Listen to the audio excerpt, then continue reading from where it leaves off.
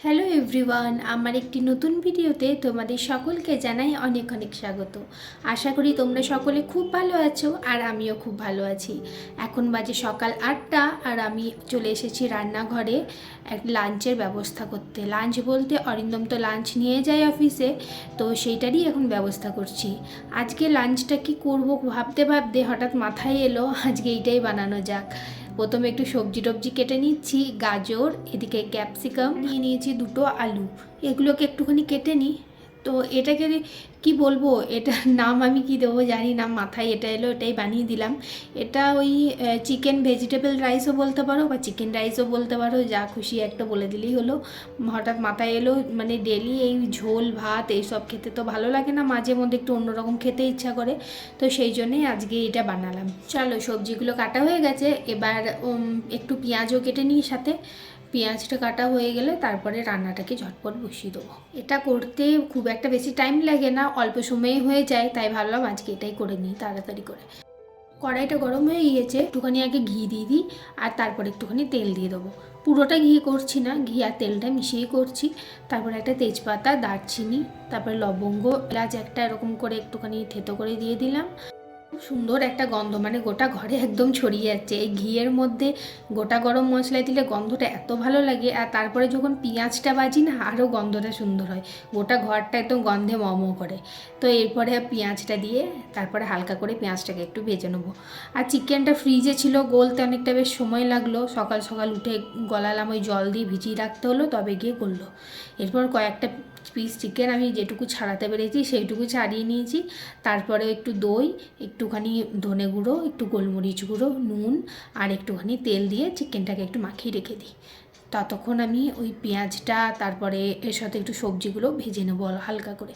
এই পেঁয়াজের সাথে ভেজে নিচ্ছি, আলাদা করে আর ভাজলাম না, তেলটা আবার না হলে বেশি পেটে যাবে। এরপরে গাজর আর আলুটা দিয়ে একটুখানি নেড়ে চেড়ে নেবো ভালো করে, তারপরে চিকেনটা দেবো।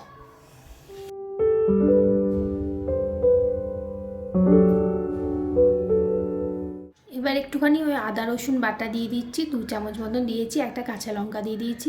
এটা দিয়েও আর একটুখানি ভালো করে ভেজে নিই।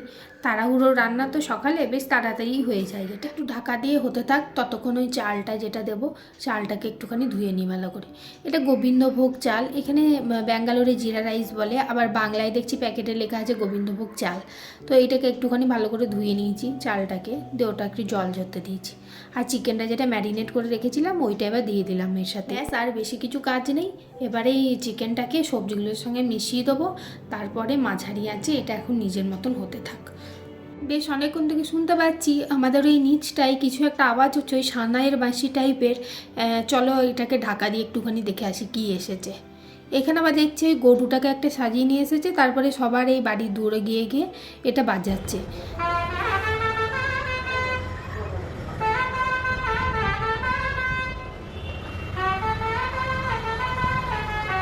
আমি একজনকে জিজ্ঞাসা করলাম, তো সে বললে সবার বাড়ির সামনে গিয়ে ওরকম করে বাজিয়ে সবার কাছ থেকে একটু চাল, একটু টাকা পয়সা নেয়, সেই জন্য আসে নাকি এরা। আর বাচ্চাগুলো ভারী মজা করে ওদের সাথে। একদিন আবার দেখেছিলাম ঘোড়া নিয়ে এসেছিলো, আর একদিন আবার উট নিয়ে এসেছিলো দেখেছিলাম। তো তখন আমি না বুঝতে পারিনি ঠিক জিনিসটা কি হচ্ছে বা কেন বাজাচ্ছে এরকম সাজিয়ে এনে। তো আজকে জিজ্ঞেস করাতে বুঝতে পারলাম। আর এদিকে দেখো এটা হয়ে গেছে, একটু ক্যাপসিকামটা দিয়ে নেড়ে তারপরে চালগুলোকে দিয়ে দিচ্ছি। চালগুলোর সঙ্গে হালকা একটুখানি এটাকে মানে ভালো করে মিশিয়ে নেবো, তারপরে জল দিয়ে এটাকে ঢাকা দিয়ে দেবো। ব্যাঙ্গালোরে এদের ভাষাগুলো বুঝতে আমার খুব অসুবিধা হয়। এবার যারা যারা হিন্দি পারে তাদের সাথে তো কথা বলতে প্রবলেম নেই, কিন্তু যারা এই কানাডাতে কথা বলে তাদের সাথে কথা বলতে খুব সমস্যা হয়ে যায় তখন। এবার ভাবছি কানাডা ল্যাঙ্গুয়েজটা আমাকে শিখে নিতে হবে, কিন্তু এত কঠিন লাগে আমার যে ওটা শিখে ওটাই হয় না। চলো এবার এখানে 1 কাপ দুধ দিয়ে দিয়েছি আর 1 কাপ জল দিয়ে দিয়েছি। তারপরে আর একটু নুন দিয়ে দিলাম স্বাদ মতন। আগে নুনটা তো ধরো চিকেনের মতন দিয়েছিলাম, আর এই বাকি সবজি আর চালের জন্য বাকি নুনটা দিয়ে দিলাম। ওই যতটা চাল নেব তার ডবল জল এখানে দিতে হবে, জল বা দুধ যে যেটা দেয়। আমি 1 কাপ জল 1 কাপ দুধ দিলাম।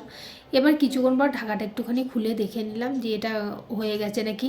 ওপর থেকে দেখা যাচ্ছিলো যে জলটা অনেকটা শুকিয়ে এসছে, ওই জন্য এবার খুলে দেখে নিলাম।